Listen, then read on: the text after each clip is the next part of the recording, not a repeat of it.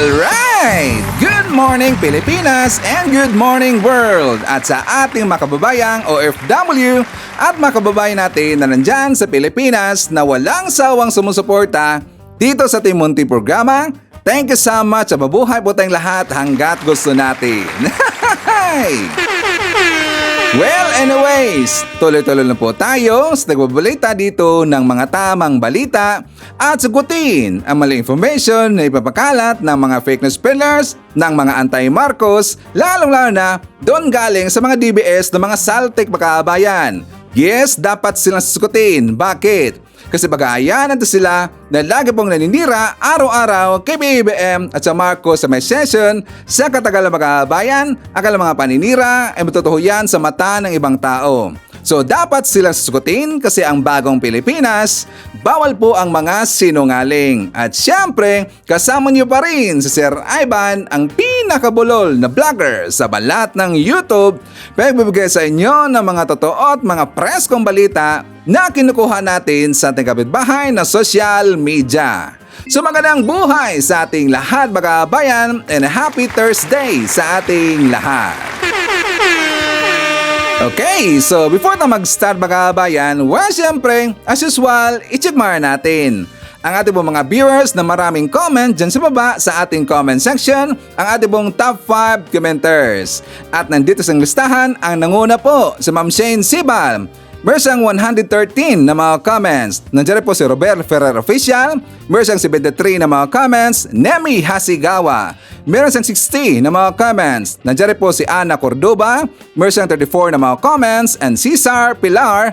Meron siyang 28 lahat ng mga comments. Again, thank you so much po sa ating top 5 commenters. At syempre, pasalamatan rin po natin ang ating mga silent viewer dito sa ating channel. Thank you so much. At syempre, pasalamatan rin po natin ang lahat ng mga viewers na lagi pong nagla-like, lagi rin pong nagsishares ng ating mga videos. Thank you so much. And also mga kababayan ko, i-acknowledge po natin ang ating mga channel members. Nandyan si Cosmo Defender, Pusong Inami, Maria Los Lagunsad, Barbara Butler, Katida Dar, Susan Torres, Edmond Castillejo, Samuel Membrado, and Via Vivar. Pasalamatan natin mga kababayan ang nabigay sa atin ng super thanks or pang lemon na Sir Ivan. Thank you so much kay Odette M. Nabigay sa atin ng 50 pesos. Thank you so much. At syempre, pasalamatan po natin si Adventure Avenger. Nabigay sa atin ng 200 Japanese yen. Thank you so much. And also, i-greet natin ng happy birthday si Ralph Risman, ang asawa ni Shirley Risman na nandyan sa Cincinnati, Ohio, USA. And also, happy birthday kay Stephanie Galben, ang apo ni Dolores Clinton na nandyan sa Chester, England. And also, happy birthday kay Jenny Howard. At syempre, i-greet natin ang lahat ng mga viewers na nag-celebrate ng kanilang birthday ngayong araw. Happy birthday! And also i-greet natin at po mga suki, mga early birds, yung nanguna po sa pag-comment dyan sa baba sa ating comment section. Nandyan sila si Leonardo Steliero, Lynn Gonzalez, Rose B, Erlenda Oyama, Noni Vetti, Eseng Mariano, Noni Florin Hills na nandyan sa Mandawi City of Cebu. Nandyan rin po si Iing Gementisa, Katrina G, Edna Marquez, Jovi Montero, nandyan po si Ramon Navarro na nandyan sa Kapinyahan, Palumpon, Leyte. Hi to Maricel Navarro, Masking Digma, Julieta Faraon, and hi to Guillermo Estrada.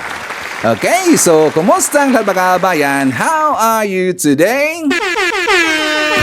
Well, of course, I'm hoping po na sana magandang ating gising ang umaga at meron ng energetic po na aura katulad po kay Sir Ivan. Siyempre, as usual, doon po sa nikababayan po nagigising pa lang at wala pang energy, don't worry, painitin ko po agad yung mga umaga kasi maraming mga baon na mga pasabog at mga balita sa Sir Ivan na magamit ho natin. Ipandibang po sa mga ipipakalat na mga fake news ng kabilang kampo, mga fake news peddlers. At siyempre mga kababayan ko, dapat silang kukurtin araw-araw kasi sila po ay salot ng lipunan. Okay, good morning Pilipinas, Luzon, Visayas at Mindanao. Well, mga kababayan ko, not a good morning doon po sa area po ng Bicol Region, mga kababayan. Kasi nga, di ba, very devastated sila doon at saka hindi po maganda ang estado ng kanilang sitwasyon doon, mga kababayan, dahil po sa bagyong Christine. Malakas talaga yung bagyong Christine, mga kababayan. So tingnan nyo, yung baha doon, mga kababayan, lalo na doon sa Camarines Sur, doon po sa Albay, doon po sa Naga, sa lugar po ni Atty. Leni Robredo, mga kababayan. Grabe ang baha doon. Talaga pong lampas po sa bubong, mga kababayan. Nung nakita ko nga yung balita sa ABS-CBN, sa PTV, sa UNTV, sa News 5 na kung saan talagang nakaawa, mga kababayan. At kailangan talaga po ang ating tulong ng taga Bicol Region, mga kababayan. And also doon rin po sa Leyte area sa Samar, mga kababayan. Marami po mga bahay doon na medyo hindi maganda po yung sitwasyon kasi nga malakas din po yung hangin at saka yung ulan doon, mga kababayan.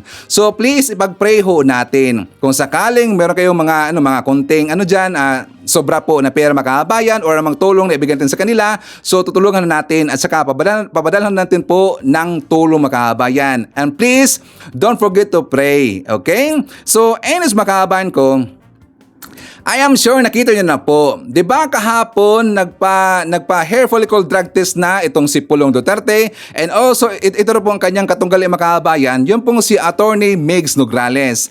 'Di ba itong si Pulong, mga kababayan, the other day, 'di ba siya po ay sumakay doon po sa sinabi po ni Sara Duterte ng kanyang kapatid, mga kababayan, na na manawagan daw ang taong bayan na dapat daw magpa hair follicle drug test ang lahat daw ng mga congressional candidate, pati po yung young guns candidate, mga kababayan, at lahat po ng mga politiko. So hinamon sila, mga kababayan, ni Sara Duterte. So ito pong si Pulong Duterte, nanawagan siya, hinamon niya yung pong si Migs Nograles, mga kababayan. So hindi siya inatrasan po ni Migs Nograles. Nakita ho natin, nagpa-drug test po itong si Pulong doon po sa Mandaluyong, and also pati rin po itong si Migs Nograles, mga kababayan, nagpa-drug test rin po. Pero sana sayang talaga yung pagkakataon, mga kababayan. Bakit, Sir Ivan? Sana, before po kumasa sa hamon po ni Pulong, ito pong si Migs Nograles, mga kababayan, sana iba po ang kanyang challenge doon. Pwede niya pong sabihin na, Pulong, walang problema ho yan, magpapadrug test ako, pero sa isang kondisyon. Merong kondisyon, mga kababayan. Ano yan, Sir Ivan? Alam ho natin, ito pong si Pulong, meron siyang issue at saka mga sabi-sabi, mga kababayan, na ito daw si Pulong ay membro ng Triad or Chinese Triad, mga kababayan. Kapag ikaw po ay membro po ng Chinese Triad, merong kang tattoo sa likod. Diba tinanong ho yan ni Trillanes noon, mga kababayan? Diba sa panahon po ni Digong, itong si Pulong, nandun sila sa Senate hearing at saka challenge siya dito ni Trillanes na hubarin ang kanyang shirt at saka picturean ang kanyang likod kung meron bang tattoo, mga kababayan. Di ba naduwag doon ito pong si Pulong at saka hindi siya kumasa, mga kababayan, at hindi pumayag na pipicturean po ang kanyang likod. Hindi pumayag yung si Pulong, mga kababayan. So sayang talaga po yung pagkakataon. Before sana po nagpa-drug test ito pong si Nograles, hinamon niya muna sana itong si Pulong na pipicturean ang kanyang likod, and after that, doon na po siya magpa-drug test, mga kababayan. Di ba okay yun, yung challenge na yun, para malaman dito kung talaga bang totoo yung mga sabi-sabi na ito pong si Pulong Duterte ay membro po ng Chinese Triad, mga kababayan. So narinig ko rin po kahapon, pati na po yung iba po ng mga mababatas, mga kababayan, magpapa hair follicle drug test po sila on the next day. So ngayon, ito pong si Botanding, mga kababayan, sumakay doon sa mga sinasabi ni Sara tungkol doon sa drug test, pati po sa neuropsychiatrist exam, mga kababayan. Diba sinakyan niya sa kanyang vlog kahapon? Kasi sabi niya, mga kababayan, ni Botanding, on the statement of Ilocos Norte 1st District Representative Ferdinand Marcos, sabi niya, the statement, 1st District Representative Marcos is a clear demonstration of a son's love to his father, and we agreed with Representative Marcos when he mentioned that we mustn't take our mental health for granted. Sabi niya, that is why the Vice President expressed willingness to undergo a hair follicle drug test and a neuropsychiatric test. So sabi niya, mga kababayan, sana ay pakinggan din ni PBBM ang sigaw ng taong bayan na siya ay sumailalim sa hair follicle drug test. So sinakyan po ni Botanding, mga kababayan, yung sinabi Yung sinabi po ni Sara Duterte na dapat daw o sana daw yung ibang tao ay magpa-drug test mga kabayan. So yan po yung ginamit po. Nakakita dito po ng way si Botandeng na ma-brought out na naman po yung mga hamon nila ng kabilang kampo, ng mga anti-Marcos na dapat daw si PBBM magpa-hair follicle drug test mga kabayan. Kasi daw, wala daw sa ayos mga kabayan. Wala daw sa ayos. Kaya meron siyang dagdag po na sinabi dito, ito pong si Botandeng, hindi po tayo makakaiwas sa problema ng bayan sa nakahirapan kung wala sa tamang pag-iisip ang presidente. Hanggang ngayon, iniisip pa rin po ng mga kabayan na wala daw sa tamang isip si PBBM. Wala ba sa tamang pag-iisip si PBBM? Mga DDS, mga anti-Marcos, ito ang question po ni Sir Ivan at saka questionan po ng taong bayan. Wala ba sa katinuan si PBBM or wala ba siya sa tamang pag-iisip ang ating presidenteng si PBBM? Please comment dyan sa baba at sa babasahin niyo mamaya ni Sir Ivan. Okay? So, anyways mga kabayan ko, ito si Botandeng talaga, walang magkaban eh. May pagka-utak uok talaga, may pagka-utak galunggong itong mga gonggong nito mga kabayan, di ba? So, anyways, kahapon rin po, nakita rin po natin doon po sa Senado na nandun na po itong si Kibuloy mga kabayan. Nandun po si Kibuloy, nandun po yung mga witness, ang kanya pong inabuso mga kabayan. At saka doon po sa hearing, nakita na ho natin yung mga dati po, yung mga nagreklamo dito po kay Kibuloy na wala na po silang takip po sa kanilang mukha mga kabayan. Di ba napakita na po sila? Patrabong ang kanilang totoong pangalan mga kabayan, pinangalanan na po. So yan po maganda. Talagang matatawag natin doon mga kabayan na sila po ay matapang na tao kasi sila po ay napakita na po mga kabayan. Kahit na napakadami po mga threats sa kanila, 'di ba? Binabaharan na sila, na ipapatigil na mga kabayan kasi daw sinisiraan dito ang kalangpoon, ang kanilang Diyos-Diyosan na ito pong si Kibuloy, pero hindi na po sila takot mga kabayan. And also nakita rin po natin yung witness na nandun po sa Ukraine mga kabayan, yung si Yulia Tarnova, yung Ukrainian mga kabayan. Ang ganda pala no? Napakita na po mga kabayan. Kasi nga diba noon, ang kanyang ginamit po na alias ay Sofia mga kabayan. Nalala ba natin yung name po na Sofia? So during po doon sa questioning po doon kay Yulia mga kabayan, diba mayroon pong audio recording file na ginplay itong si Yulia mga kabayan, yung pong si Kibuloy. Si Kibuloy, kasi nga gin-record po ang kanyang mga sinasabi mga kabayan na pinagbantaan niya itong si Stephanie Ibarra. At saka doon nalaman ng mga kabayan na itong si Kibuloy handa talaga pong titigi ng tao kapag merong aalis po sa kanyang ministry mga kabayan or merong gagawin daw na hindi niya magustuhan, ipapatigi niya mga kabayan pati po yung pamilya. So yun po ay isang ebidensya mga kabayan, isang ebidensya yun at bigat po na ebidensya mga kabayan. Pero ang nakakatawa dito, kasi ito pong si Kibuloy mga kabayan, ang sabi niya, dapat ba daw na ipapa-authenticate yung file na yun kasi daw malakas ngayon yung EI mga kabayan. EI daw yun, pero mamaya ipaparin ko sa inyo mga kabayan and then you decide kung yun ba mga sinasabi po ni Kibuloy doon po sa file video na yun ay EI. So for more details, let's watch this. Nagharap na sa pagdinig ng Senado sina KOJC leader Pastor Apollo Kibuloy at mga umano'y inabuso niya. Git ng PNP, ginagamit daw ni Kibuloy ang sinasabing angels of death upang takutin ng mga miyembro na lumalabag. Mga aligasyong itinanggi ni Kibuloy. Yan ang ulat ni Daniel Manalastas.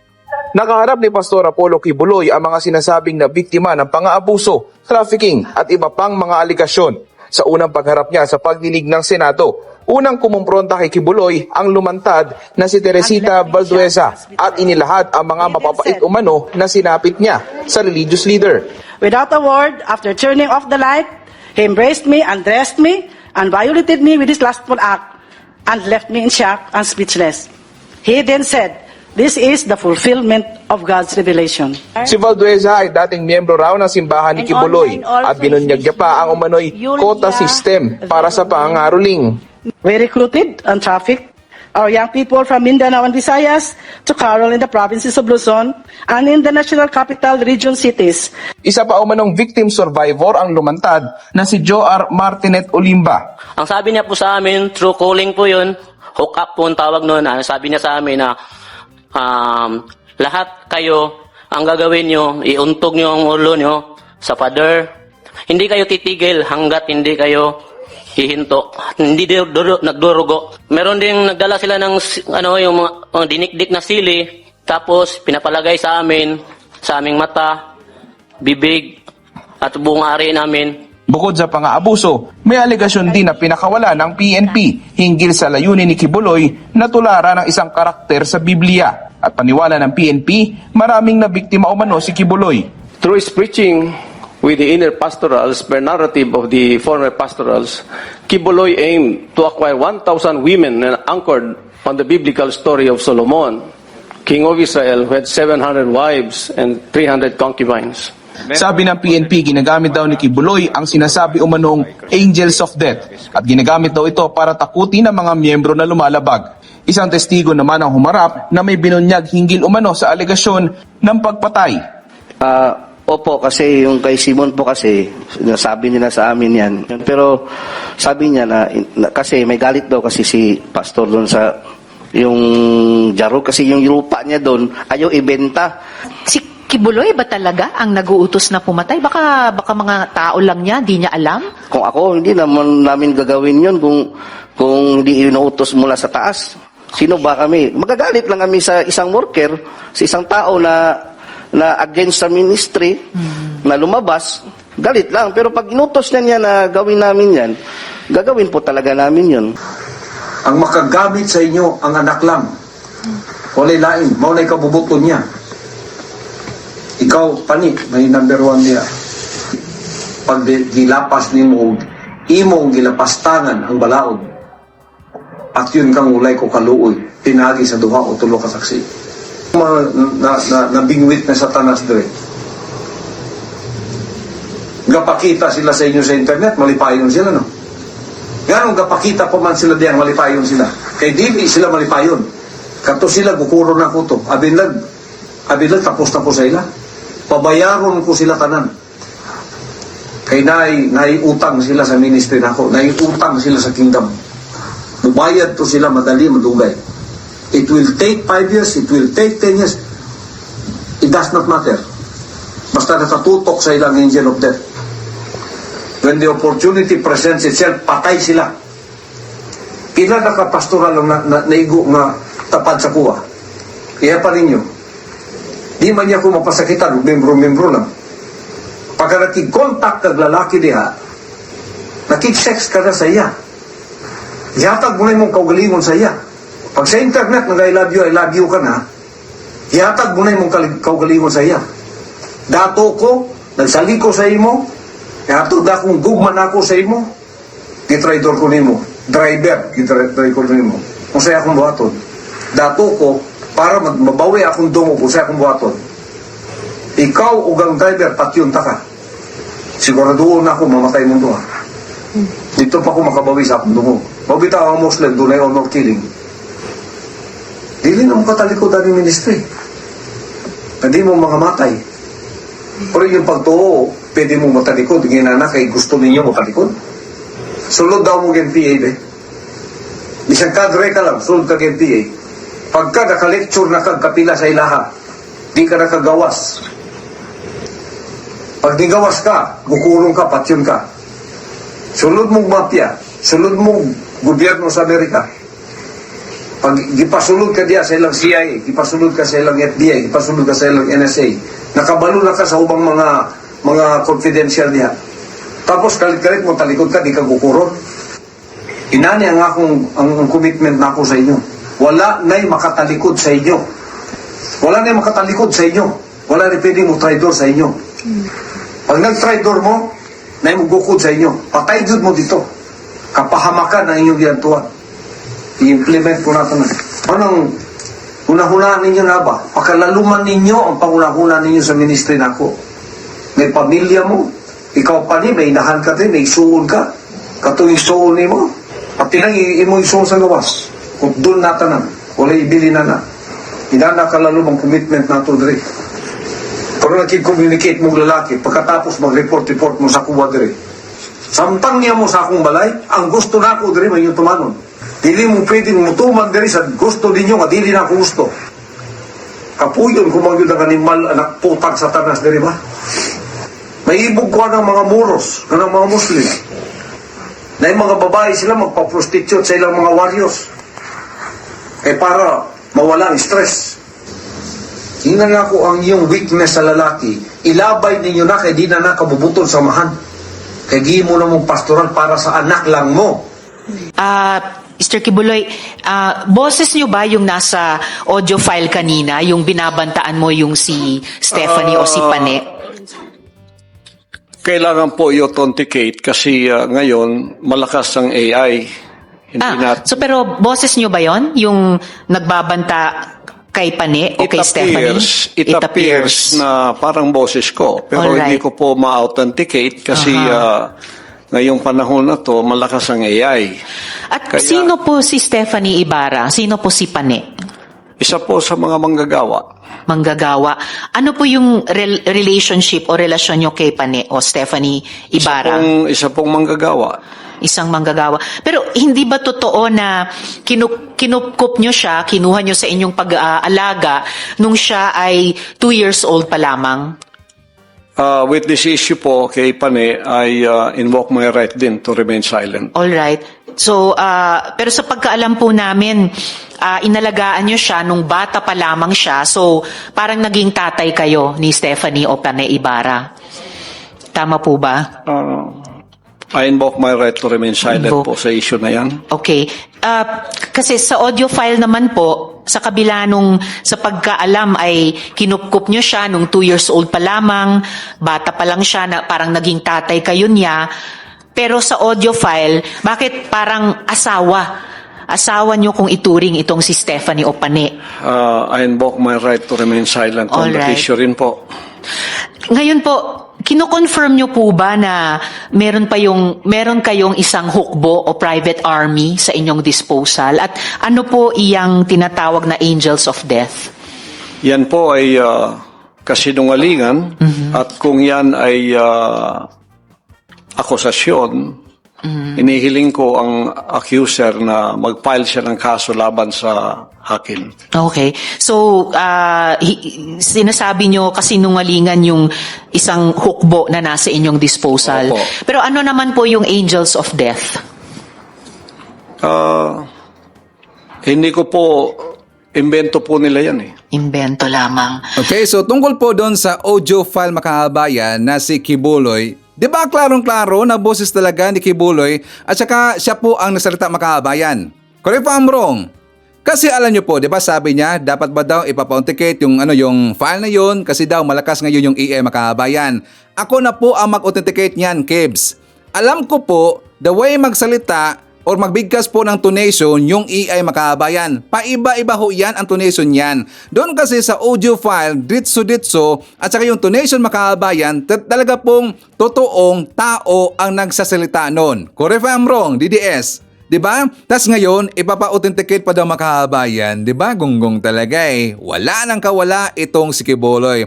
At saka, tingnan nyo makahabayan, ang findings ngayon ng PNP, ng ating kapulisan, na hindi, more or less, ang lahat daw na ganun po ni Kibuloy makahabayan, mga 200 na daw. 200 na tao, more or less, ang naganon po ni Kibs. Ang tibay ni Kibs makahabayan. Ang dami na pala, no? 200 makahabayan, ginanon po ni Kibs. Grabe tas Kibs eh. At saka meron siyang aim. Meron siyang goal makahabayan. Di ba sinabi po ng police na baka daw ang kanyang aim or ang aim niya, base po sa Biblia makahabayan, ay 1,000 lahat po na kababaihan. 1,000 pala lahat po ang plano ni Kibs na kanyang gaganunin makahabayan. Di ba? Ang tibay talaga eh. Sana ito si Kibuloy makahabayan, makukulong to habang buhay. So, isa-celebrate po natin.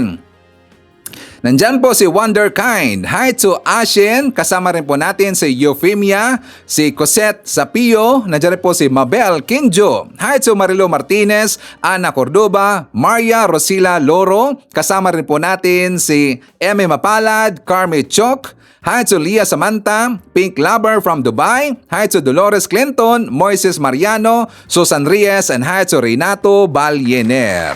So, mga kababayan ko, may nakita ako, ilan na naman. Ilan po kung nakita doon mga kababayan sa post po sa Twitter, sa Facebook, sa grupo po ng mga DBS o mga anti-Marcos, hashtag nasaan ang Pangulo da mga kababayan. Hashtag nasaan ang Pangulo. Pero hindi yan nag-viral mga kababayan. Bakit? Hindi kasi lahat po ng kanilang mga kaalyadong sumakay dyan.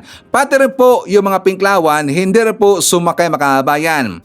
Kasi nga, ito po mga DDS, nagtaka sila. Bakit Sir Ivan? Di ba alam ho natin na grabe po yung sitwasyon doon po sa Naga, pati po sa Albay, Makabayan. So yung lugar na yan, siyempre baluarte ho yan ni Atty. Leni Robredo, Makabayan. Alam natin yan. So dahil po baluarte, nagtaka ngayon yung mga DDS kung bakit daw hindi hinanap si PBBM. Bakit daw wala sila nakita po na post ng mga Pink Clown Makabayan, hashtag nasaan ang Pangulo. So ito po ang nasabi po na isa po sa mga DDS Makabayan. Ang sabi niya, mga kayo na magsabi ng Makabayan, sabi niya walang mga prinsipyo, mga kain-suka. Yung baluarte na mismo ni Atty. Leni Robredo ang binaha pero hindi pa rin nagpo-post ng hashtag nasaan ang Pangulo ang mga kakampings dahil uniping pala.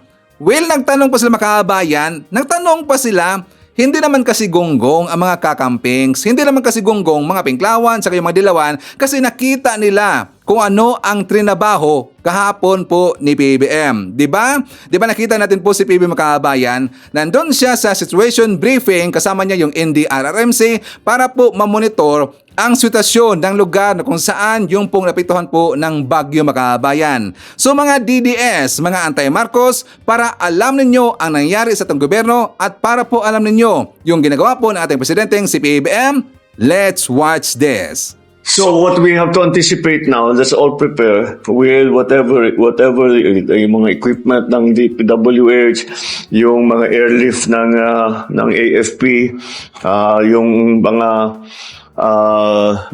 relief goods and kung ano man. No? Paghandaan pa ang magiging epekto ng Bagyong Christine. Ito ang mahigpit na bilin ni Pangulong Ferdinand Marcos Jr. sa mga ahensya ng pamahalaan sa pagtugon sa mga naapektuhan ng bagyo. Ayon sa Pangulo, kakaiba na ang galaw ng mga bagyo ngayon kaya dapat maging alerto ang lahat.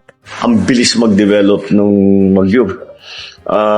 It was just a low pressure area, and now look at what is the strength of it. And the volume of water the volumes of water are unprecedented. Okay, so yun ang kailangan natin bantayan. Ayon sa Pangulo, kailangan agad ng equipment ng Department of Public Works and Highways para sa clearing operations ng mga kalsada, air assets at dagdag pang relief goods. Tiniyak naman ni Department of Social Welfare and Development Secretary Rex Gatchalian na sapat ang stockpile sa iba't ibang rehiyon. So as of yesterday, Mr. President, we started distributing already and we continue to distribute. Now we're already in the replenishment stage. Our Pasay hub is running at 20,000 a day so that when the stockpiles of these offices go down, we can keep on sending them. Nakahanda na rin ang DPWH para sa pagtatanggal sa mga nakahambalang na natumbang puno o gumuhong lupa sa mga pangunahing kalsada na dadaanan ng mga maghahatid ng tulong. As soon as the water subsides in the locally flooded areas, our response teams will now be able to enter into clearing all the debris and like fallen trees and other materials inside.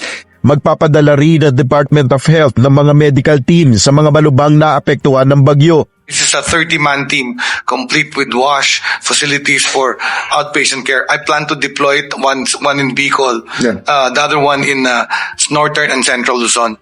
Nakikipag-ugnayan naman si Department of National Defense Secretary Gilberto Teodoro Jr. sa mga kalapit na bansa para sa dagdag na tulong. We are coordinating now with our ASEAN neighbors. I have already talked to our Singaporean ambassador to marshal their capabilities for airlift and other manpower assistance that they can pitch in. Ang Estados Unidos magpapadala na rin ang kanilang air assets sa pamamagitan ng Enhanced Defense Cooperation Agreement o EDCA sites. We already have alerted most of our aircraft. But yesterday we also coordinated with our U.S. counterparts and they are ready to send in their aircraft using our EDCA sites. Iniutos naman ni PBBM na magamit ang EDCA sites sa relief operations. We make full use of the EDCA sites, especially for the activities ng AFP, pag airlift. Nabaling rin ang atensyon ni Pangulong Marcos sa mga stranded na pasahero sa mga pantalan. Binigyan din niya ang pangangailangan na magkaroon ng isang matibay na sistema para masuplayan ang pangangailangan ng mga pasaherong hindi nakaalis ng pantalan dahil sa sama ng panahon. Normally lugaw po na mainit kasi wala naman po sa budget po natin That's yan. exactly what I was saying. Opo. But what we do po is we do it po out of pocket po ng mga empleyado din po natin. We should have a more, hindi pwedeng ganun lang mga ad hoc. But thank you very much. And I'm sure it is a big help to those who are, no, but the government should have a more systematic way. Ayon kay DSWD Secretary Gatchalian, mag-iimbak na rin sila ng relief goods sa mga pantalan. Tiniyak din ni PBBM na tutugunan ng pamahalaan ang panawagan ni dating Vice President Leni Robredo para sa dagdag na trucks, pump boats para sa isinasagawang rescue operations. Ayon sa Pangulo, natanggap na nila ang ulat na ito at kumukuha na ang gobyerno ng dagdag na rubber boats hanggang sa Mindanao para maipadala sa Bicol region. We just got that report from Kamsur that half the province is underwater because they live in that the basin, but within Albay and Kamsur. Kaya yun ang talagang tinatamaan lagi ng baha.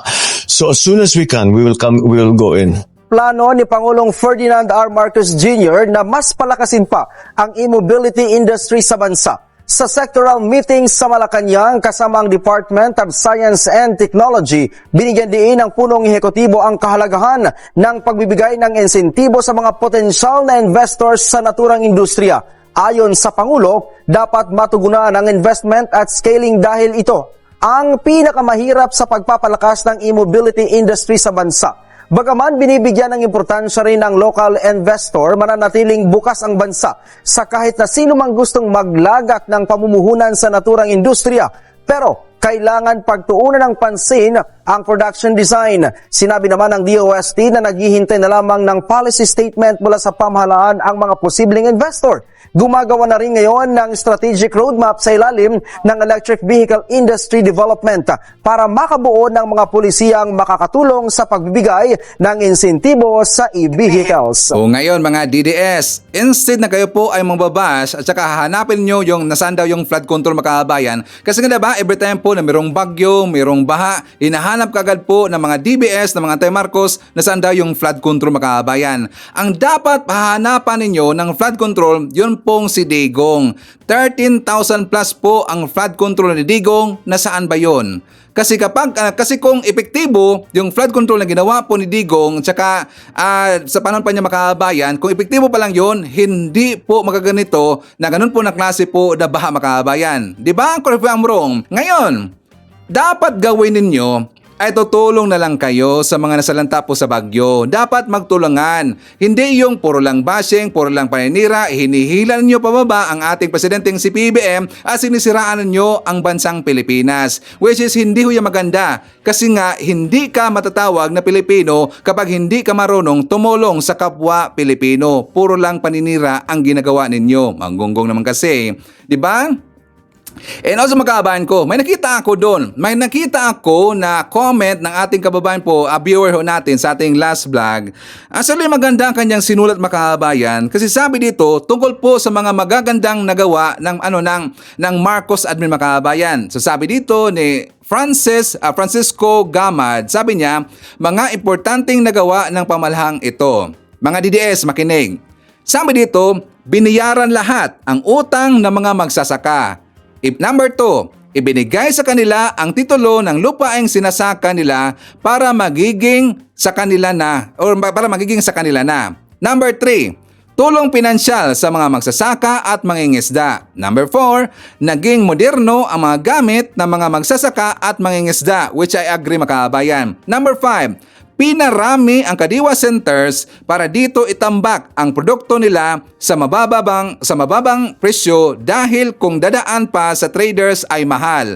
May 29 pesos per kilo na bigas na. Number 6, sa PhilHealth members naman, tinaasan ang threshold ng tulong ng gobyerno para sa may sakit tulad ng dialysis. At number 7, improve immediate financial help para sa mga apektado ng sakuna tulad ng bagyo, lindol, sunog, tagtuyot at baha. At number 8, more EDCA sites para ma-secured ang bansa natin from outside threat. Number 9, dahil sa Pangulo, naging dumami ang international leaders na kumampi sa bansa. At number 10, mga DDS, dumami ang international investors na pumasok sa Pilipinas.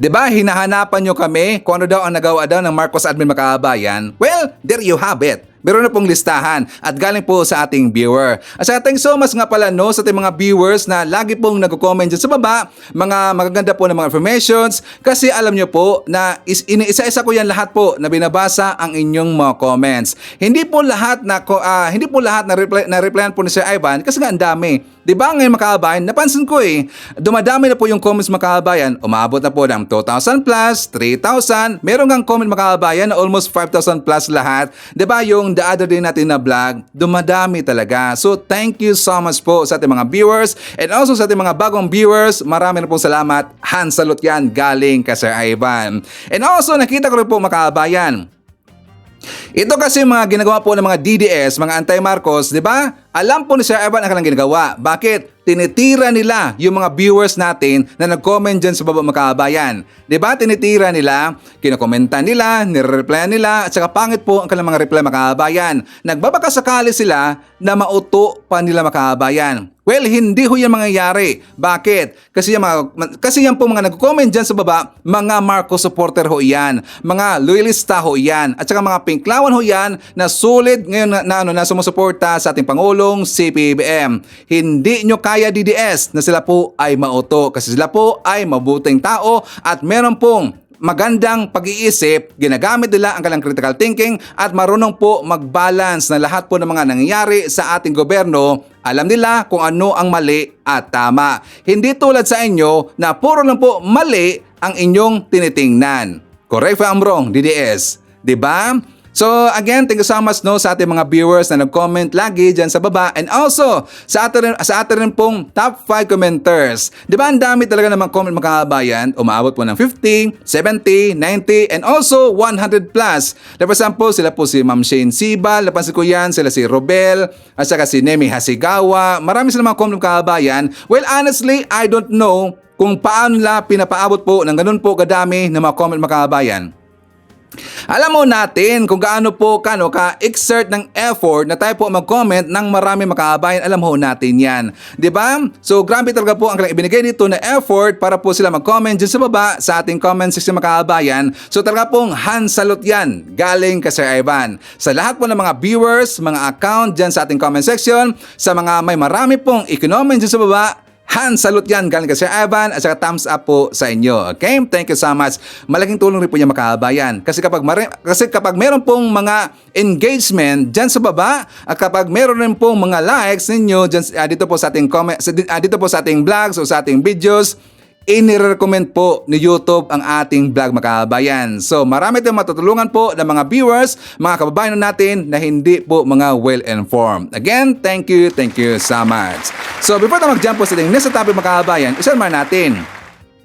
Nandyan po si Cecilia Magdalaga, Cecil, hi to Elvira Manser, nandyan po si Evangeline Atienza, Jess Obtor from Calamba, Laguna, hi to Richel Permeson, nandyan rin po si Jemson, si Jemboy, si Jeriel, and Regine, ang Mandawi, Cebu, greetings card from Rodolfo Ranarabor of Tansa, Cavite, hi to Sporty Nobe from South Korea, nandyan rin po si Evelyn Garcia, and hi to Romeo Caro Gigato Jr.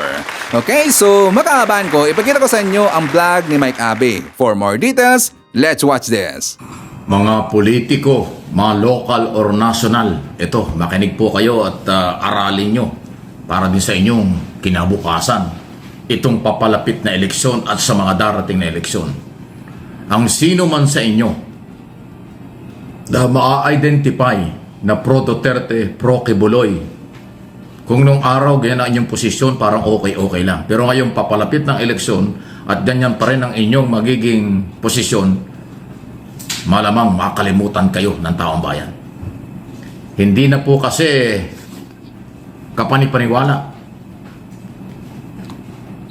At hindi na po tinatanggap Marami ng Pilipinong nagising na.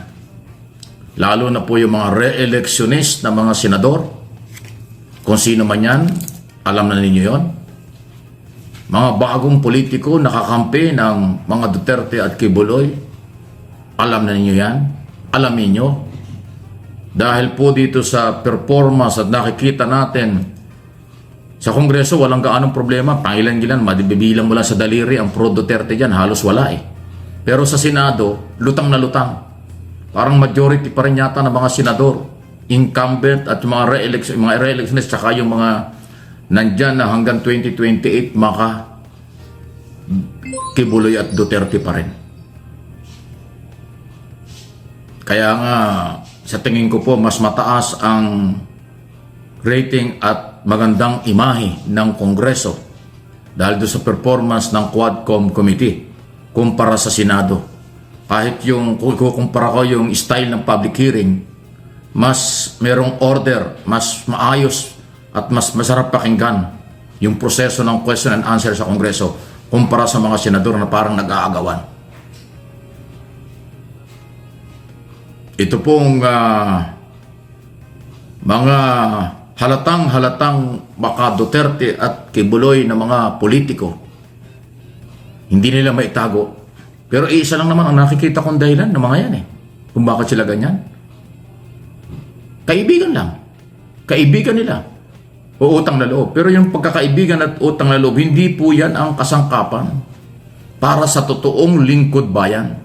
Para sa totoong makatao at makapilipino ka at sa ating bansa. Kasi hindi po pwedeng ang basihan ay kaibigan at utang na loob para sila magtrabaho at manindigan. Hindi. Dapat ang paninindigan hindi hinuhugot dyan sa isyo ng utang na loob at kaibigan. Dapat ang paninindigan ay yung prinsipyo, paninindigan na may kaugnayan sa kung ano ang tama na higit na makakatulong sa majority, sa nakakarami, kaysa iilang pangalan lang. Kaya yung mga politiko, mga local and national candidate na maka Duterte, former President Duterte, or Vice President Sara Duterte at saka Kibuloy, bahala na kayo dyan. Magsisisi kayo kapag sinuportahan nyo yan. Lalo na ngayon na patindi ng patindi yung mga ebidensya o pagpapatunay, mga akusasyon at mga pag-amin ng mga nagpagamit at ginamit at nakinabang ng nakaraang gobyerno dyan po sa issue ng human rights violation, reward system at iba pa. Doon naman sa issue ng Kibuloy, although nasa korte na yan.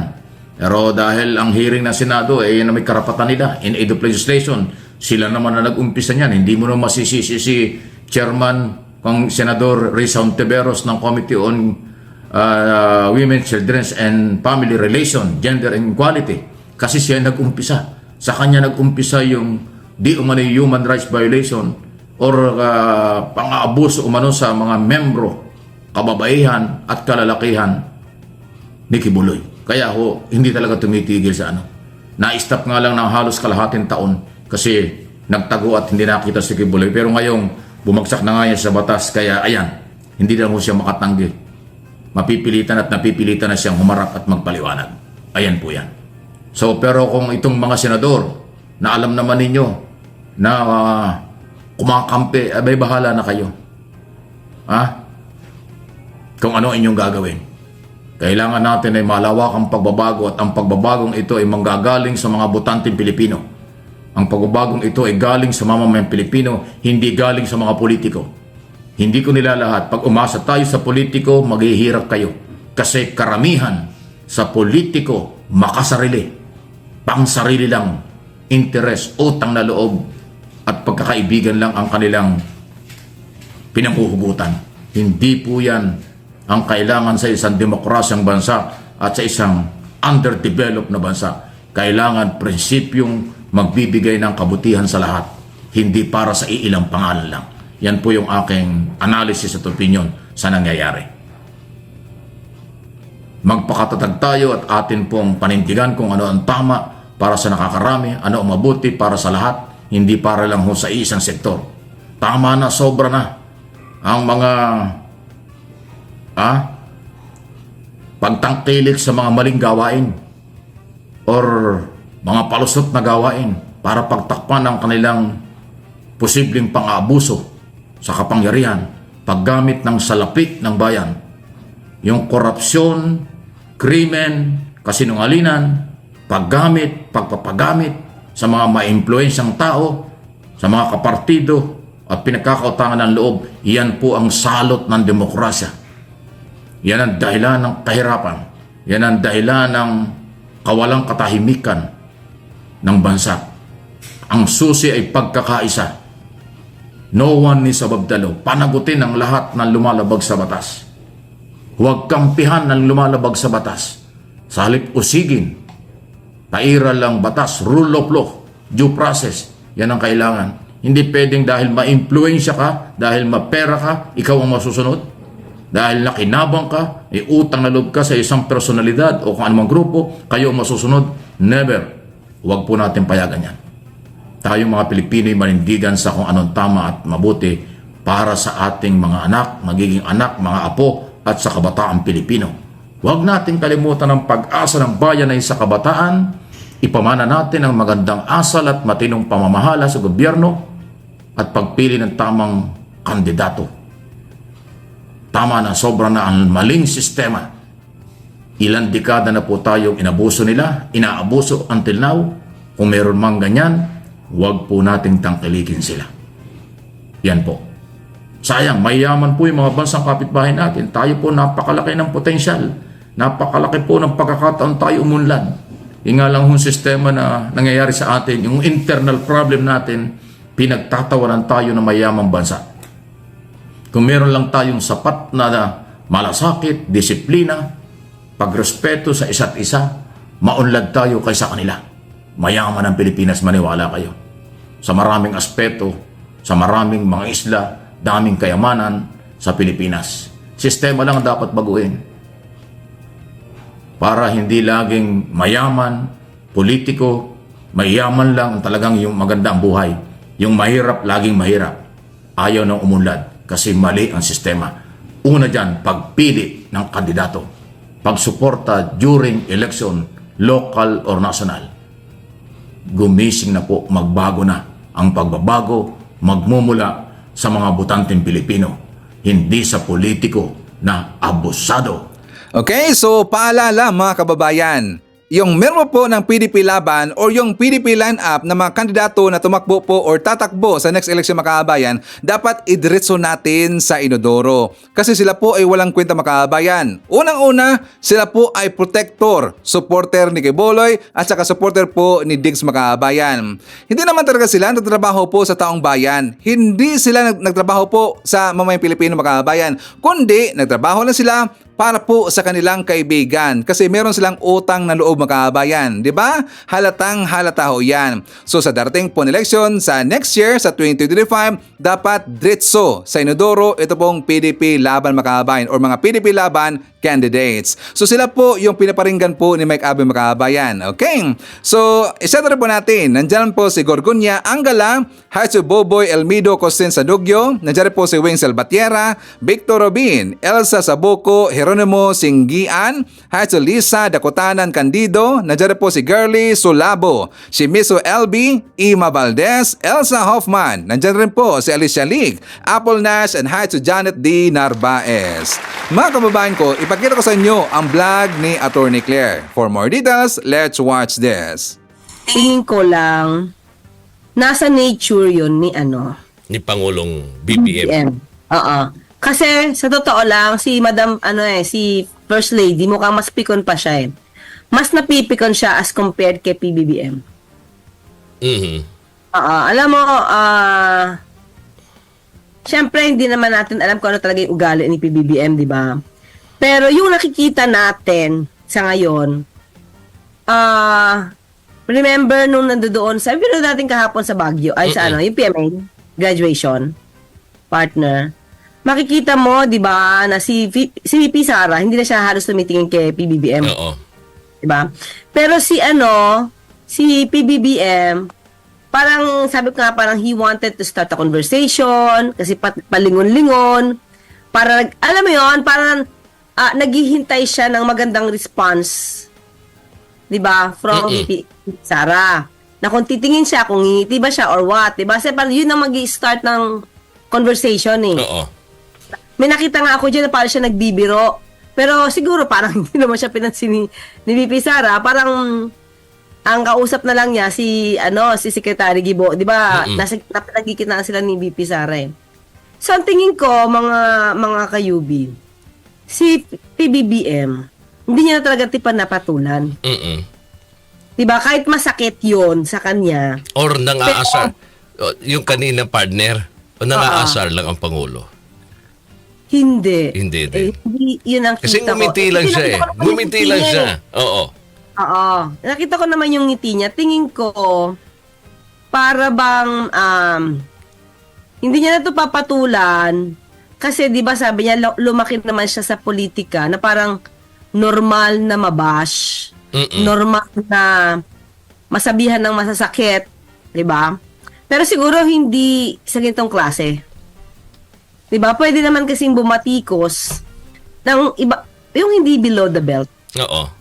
Di ba? Hindi below the belt. Pwede naman mabatikos ng may pagiging ano pa rin, tawag ito, yung mamimintas, especially VP partner, yung sa level, yung level niya, dapat siya nasa level niya na pagiging VP, kung paano siyang tutuligsa. Oo. Dito kasi parang personal yung dating eh. So, kaya siguro hindi na siya pinatulan, kasi nature yun. Oo. Ni PBBM, di ba? Yun ang pagkatao niya. Ganun siya. Yun yung tingin ko. Oo. Tapos hindi ko napapatulan yan.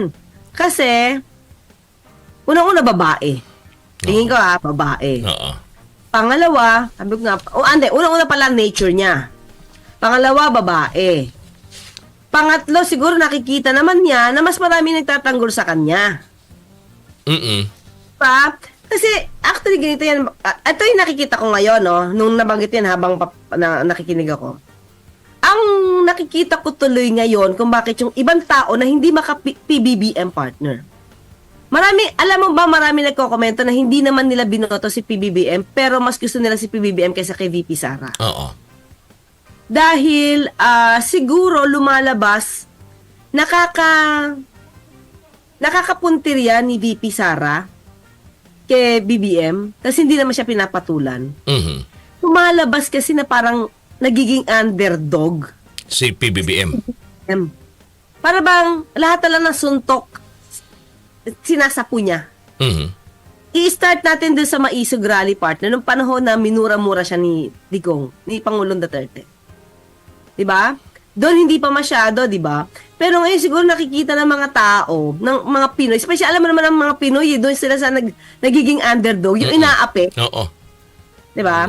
Doon sila sa inaapi. Kaya nga, di ba, patok na patok yung mga telenovela, teleserye. Oo. Oo. Diba? Kaya nga to si Marimar dati, Diyos ko, patok na patok eh.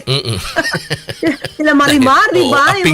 Aping-api siya eh. Oo, last to riches ang dating, inaapi, tapos biglang, ako ang nagwagi. Di ba? May mga ganon. Pero, yes, sige partner. Okay, so, ang dating, di ba, si PBBM sa lahat ng batikos halos ng mga Duterte, hindi siya kumikibo. Ilan lang bang beses siya nagpasaring? Hindi naman pasaring eh, kaya lang siguro sumagot siya. Una, fentanyl. Pero hindi pa ganoon hindi pa ganoon ka grabe. Bahala ka na lang mag-isip kung ano ibig sabihin ng baka yan ay dala ng fentanyl. Ano pa ba? Wala eh. Ano ba? Sige, mga kayubi, hindi ko na matandaan. Basta natatandaan ko lang fentanyl. Ano pa ba? Paano pa ba siya? Meron pa eh. Meron pang dulo. Meron pa ito recently eh. Ano nga ba yung recently? Hindi ko na matandaan. Basta parang 2 beses. Yung mga kayubi, baka matandaan nila yan. Meron pa siyang sinabi, okay, na sabi ko kahit, kasi pag nagsalita siya, kahit hindi ganon kasakit, pero may pitik, meron na bandang dulo. Meron, ito lang, itong buwan lang na to, hindi ko na matandaan ko ano yun, mga kayubis. Pakinga. Hindi ko na matandaan eh. Pero at least yung fentanyl, tira yon pero subtle. Oo. Diba? Bahala ka na mag-isip. Pero nasaktan sila, diba? Pero, ganon din partner eh. Ang feeling ng panig ni VP Sara. Oo, sila ang inaapi. Dito sa nangyayari, aping-api ang pangalawang Pangulo. Sabi nga kahapon ng dating tagapagsalita ni former President Duterte, kaya nga, ganun ang naging reaksyon at sinabi ni VP Sara dahil... si Atty. Panelo. Si Atty. Panelo, tama. Si Atty. Panelo, hindi, si sige, Atty. Panelo, partner. Sabi pa niya, kasi sa lahat ng ginawa daw ng pamilya ni VP Sara sa mga Marcos, tapos eto ngayon ang mga nangyayari. Pero yung mga lumalabas sa bibig ng pangalawang Pangulo, ito ay pagpapakita na kahit gano'ng ginagawa ninyo, inaapi nyo ako, pero lalaban at lalaban pa rin. So parang ganon, partner. No, ang dating. Tama. Oo. Ng pangalawang Pangulo sa ginagawang partner. Pang-aapi, kumbaga parang panggigipit, parang dinudumog siya ngayon. Ginigipit ang pangalawang Pangulo dahil nga siyempre sa daming mga ginagawang investigasyon, hindi na naibigay yung kanyang partner, 'di ba, yung hinihingi niyang pondo, yung pondo mismo para sa OVP, 'di ba? Ay, 2 billion plus. Oo. So yun, okay, ang dating is sila yung inaapi. Oo. Kasi partner, okay? Tapos may mga lumalabas pa daw ngayon na mai-impeach yung pangalawang Pangulo. May planong i-impeach. Sige partner, isa-isa rin natin yan kung bakit sino ang mukhang kawawa sa kanilang dalawa kung sino ba yung mukhang Cinderella ang dating kasi aping-api. Tama ba? Cinderella nga yan. Si Snow White, yung witch. Si Cinderella nga, may dalang kapatid. Maganda yung partner. Sino ba ang aping-api dito ngayon sa nangyayari? Kay pangalawang Pangulo at kay Pangulong Marcos. Okay. Sige, okay, doon muna tayo kay PBBM okay, ano ba ang issues nila kay PBBM? Unang-una, pulveron. Okay, pulveron. Tapos, yung mahal na bilihin. Diba? Mahal na bilihin. Ano pa ba? Hindi maging 20 pesos ang bigas. 20 pesos a kilo. Inflation. Yun na rin. Mahal na bilihin. Ano pa? Ano pa ba? Ano pa bang in-issue nila? Ano pa ba? Yung mga, siguro, yung sobrang pondo ng mga congressman. Diba? Yung mga, sa kongreso. Isang issue yan. Okay. Ang tira kasi nila, parang hindi agad nila napapatunayan Alam mo yon? So, okay. Yung pulveron, ang dami nilang ginawa, lumalabas tuloy sa mukha ng ibang tao, sa mata ng ibang tao, gawa-gawa. So ngayon, kung lumalabas na gawa-gawa sabi ni Jamie Boy Bahe, flood control daw, in-issue din flood yan. Control. Okay. Flood control. Sige pa, meron pa yan. So, ganito kasi, kahit na hindi si PBBM ang sumasagot, parang nasasagot siya na ang sagot is bumabalik sa tatay niya. Ano mo yun? Bumabalik yung issue sa kay dating Pangulo Duterte.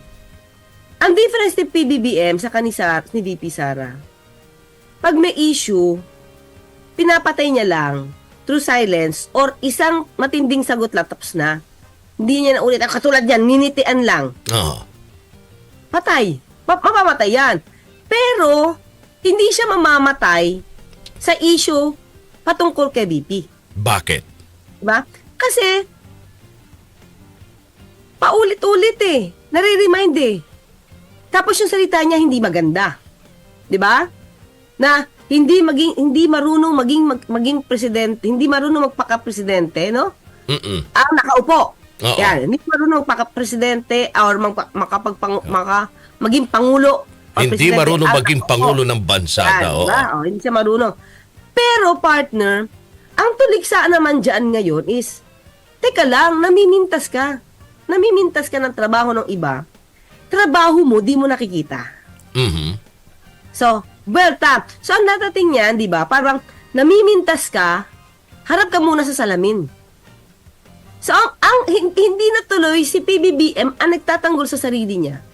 Nagtatanggol kay PBBM yung mga sa social media, yung ibang mga politiko, di ba, na nag-a-analyze na nangyayari. Kuha mo? Mhm. Okay. Samantalang yun, sinabi niya na yun, na pugutan ulo, gusto niya pugutan, hukayin, hindi yun mawawala. Mm-mm. Bakit? Kasi hindi yun yung talagang kultura ng Pinoy. Diba? Sa dating nun, yung ganitong mga salita, pambabastos yun, partner. Na hindi dapat namumutawi sa'yo. Mhm. Okay, ngayon. So kaya sabi natin, mukhang hindi lumalabas na api si VP Sara kasi si PBBM hindi masyado madaldal. Siguro pa, kung kasing daldal ni PBBM, si dating Pangulong Duterte, baka hindi pa yan maging mukhang api. Oo. Di ba? Ngayon, yung kay VP Sara naman, paano niyang masasabing api siya? Eh, ang issue niya, pondo. Oo. Na sila yung gumamit. Di ba? Inaapi siya because natututukan siya. Yun yung dating. Di ba? Naaapi siya dahil siya lang ang natututukan na pondo tapos hindi pa siya pinagtatanggol ni PBBM kaya siguro siya nagagalit. Di ba? Oh, katulad yan, paano mo masasabi kung sino ang mukhang bully sa kanilang dalawa? Partner, tinake up na natin to kahapon. Nung sinabi niya na dapat siya ang priority doon sa chopper at hindi ang Pangulo. At ikaw dapat na magsabi niya dahil Pangulo ka. Doon pa lang sa salita niya, lumabas yung totoo. Diba? Lumabas yung totoo kung paano ka makipag-usap sa Pangulo. So ngayon, pinahiram ka isang beses siguro, kaya lang, sabi ko nga, nabulilyaso, kakapost ni, sino ba ang nagbulilyaso nito? Si VP Sara din, dahil pinost niya sa FB niya. So, bakit na ngayon, bakit ka magagalit o tatawagin mo Mr. Deception si PBBM when in fact lahat ng hiling mo nasunod. Diba? So, lumalabas tuloy siya yung maluho, si VP Sara. Ayun, putata makabayan. Pahiya si Sara dito. 'Di ba? Kitang-kita naman talaga ang kanyang attitude sa makabayan. Ano naman kasi bratan nila at saka grabe pong magalit makabayan. Pero dahil po sa kanyang galit, dahil po sa kanyang silos dito po kay PBBM, pati po dito rin po sa kay Efelisa, lumabas tuloy ang totoong kulay niya makabayan, ang totoong ugali ni Sara Duterte bilang isang Duterte makabayan. So kitang-kita natin ngayon mas lalong lumagapak itong si Sara. So anyways, yan po ating manakalap na mga balitang ngayong araw. Kung nakaabot ka po sa portion na to, sana nakapag-like na ho tayo. Libre po ang mag-share, libre din ang mag-subscribe. Again, maraming salamat sa mga viewers na hindi nag-skip ng ating mga commercials. Thank you so much.